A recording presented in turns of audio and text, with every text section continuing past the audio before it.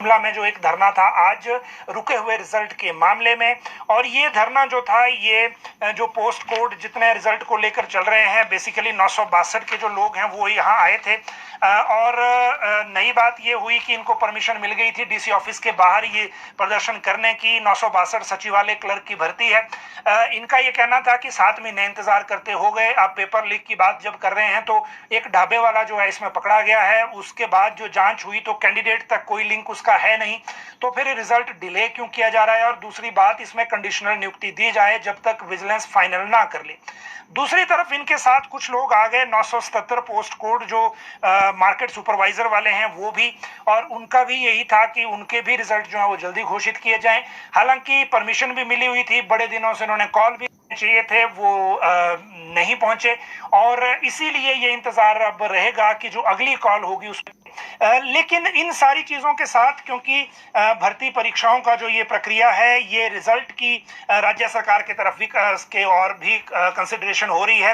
Vigilance से एक जो चिट्ठी मांगी गई थी पब्लिक सर्विस कमीशन को जो जानी थी, जिसमें इन्होंने पहले एक प्लेन लेटर लिखा था जिसमें कहा था कि 22 पोस्ट कोड को छोड़कर बाकी आप सरकार जो उचित समझे वो डिसीजन ले सकती है, लेकिन वो नाकाफी पाया पब्लिक सर्विस कमीशन ने। फिर उन्होंने पोस्ट कोड के हिसाब से क्लियरेंसेस मांगी, खासकर जो जांच से बाहर के पोस्ट कोड हैं, 26 पोस्ट कोड ये हैं। कल चीफ सेक्रेटरी प्रबोध सक्सेना ने बताया था कि वो फिगर आ गया है और अब वो मुख्यमंत्री से अनुमति लेने के बाद पब्लिक सर्विस कमीशन को भेज रहे हैं और ये रिजल्ट जो है वो जल्दी आ जाएंगे, लेकिन फिर भी इंतजार जरूर है। मौसम करते हैं, और नई भर्तियों की बात इसलिए क्योंकि जो भर्ती प्रक्रिया है हिमाचल में वो पूरी तरह से बदलने जा रही है। बहुत से जो युवा हैं जिनको पढ़ के तैयारी करके पेपर पास करके नौकरी लेने की एक कहिए कि रूटीन में आदत है, और दूसरा वो इंतजार करते हैं कि भर्ती विज्ञापन कब आए। पिछले कई दिनों से नहीं आ रहे हैं क्योंकि उसकी वजह यह है कि हमीरपुर कर्मचारी चयन आयोग बंद है, भंग कर दिया गया है, और लोक सेवा आयोग में अभी नई भर्तियों की जो स्पीड है वो अपनी भी, और हमीरपुर वाली जो शिफ्ट हुई है वो रिजल्ट पर ज्यादा फोकस है। तो अभी नई भर्ती एजेंसी, क्योंकि सरकार ने नई भर्ती एजेंसी कैसी हो इसको लेकर दीपक सानन की अध्यक्षता में एक कमेटी बनाई है। कल इस कमेटी ने जो टाटा कंसल्टेंसी सर्विस है उसके साथ एक वीडियो कॉन्फ्रेंसिंग के जरिए बैठक की, और उसके बाद अपनी रिपोर्ट लगभग अब फाइनल कर ली है। राज्य सरकार को अगले हफ्ते ये सबमिट हो जाएगी मुख्यमंत्री को। ये रिपोर्ट वैसे 2 हिस्सों में होगी, एक हिस्सा भी बन गया है, लेकिन नई बात यह है कि ये पूरी तरह से कंप्यूटर बेस्ड टेस्ट सीबीटी पर आधारित होगा अब जो नई भर्तियां हैं सारी। और राज्य सरकार ने अगर इसको मान लिया इस रिपोर्ट को तो सीबीटी भी 2 स्तर की होगी। एक जो होगी वो प्लेन एलिजिबिलिटी है, एक +2 लेवल के जितने एग्जाम है वो एक ही सीबीटी होगा उसका, और एक जो ग्रेजुएशन लेवल के एग्जाम है उसका भी एक ही सीबीटी होगा।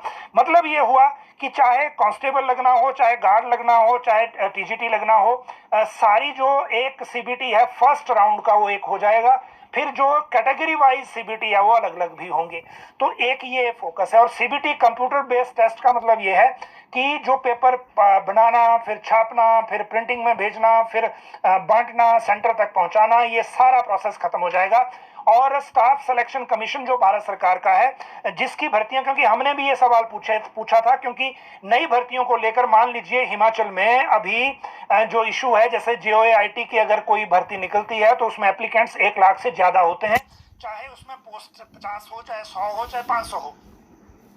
तो 1.25 लाख कैंडिडेट का सीबीटी एक दिन में कैसे लेंगे, ये बहुत बड़ा सवाल था।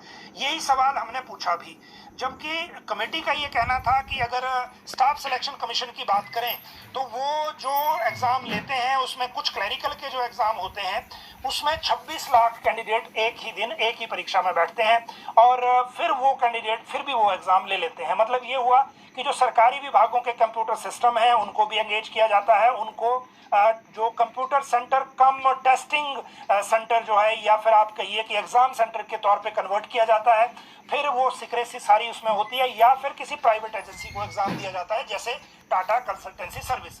प्रक्रिया थोड़ी सी महंगी है जो वर्तमान में हम कर रहे हैं उससे, लेकिन अगर इस रिपोर्ट के हिसाब से मान लीजिए सरकार इसको लागू कर देती है, अभी तो लागू होना है, तो हिमाचल में क्लास 3 की भर्तियों की प्रक्रिया पूरी तरह से बदल जाएगी, और इस प्रक्रिया में फिर और कोई जो है वो इस तरह का जो मैनुअल इंटरफेरेंस है वो खत्म हो जाएगा।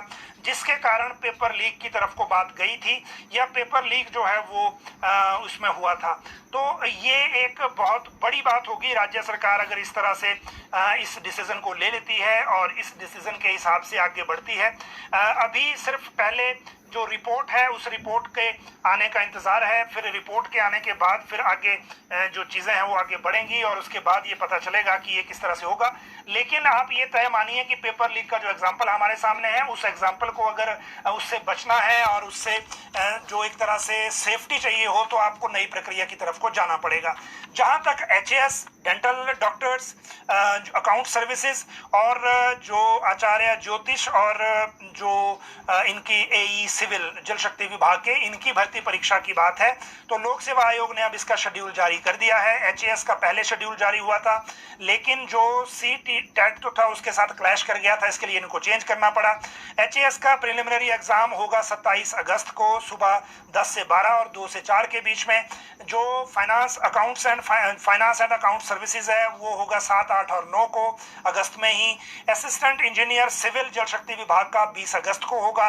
मेडिकल ऑफिसर डेंटल 20 अगस्त को होगा और आचार्य ज्योतिष संस्कृत कॉलेज कैडर का ये 23 अगस्त को होगा।